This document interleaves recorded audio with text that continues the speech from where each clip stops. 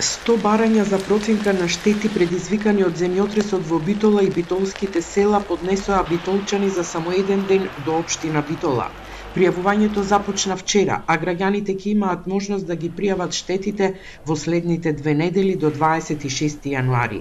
Најмногу оштетување има на повисоките катови од зградите, како и во старите градби низ Битола, посебно во централното градско јадро, потоа на некои објекти од јавен карактер, училишта, градинка, зградата на болницата.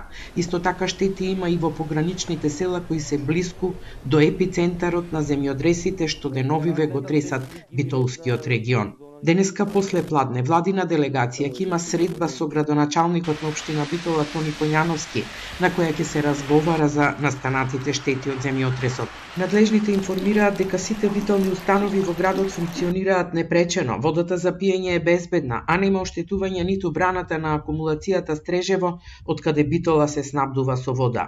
Инаку посилниот земјотрес на 9 јануари со магнитуда од 5,6 степени по Рихтер, со епицентар во Грција на 20 на километри од Битола.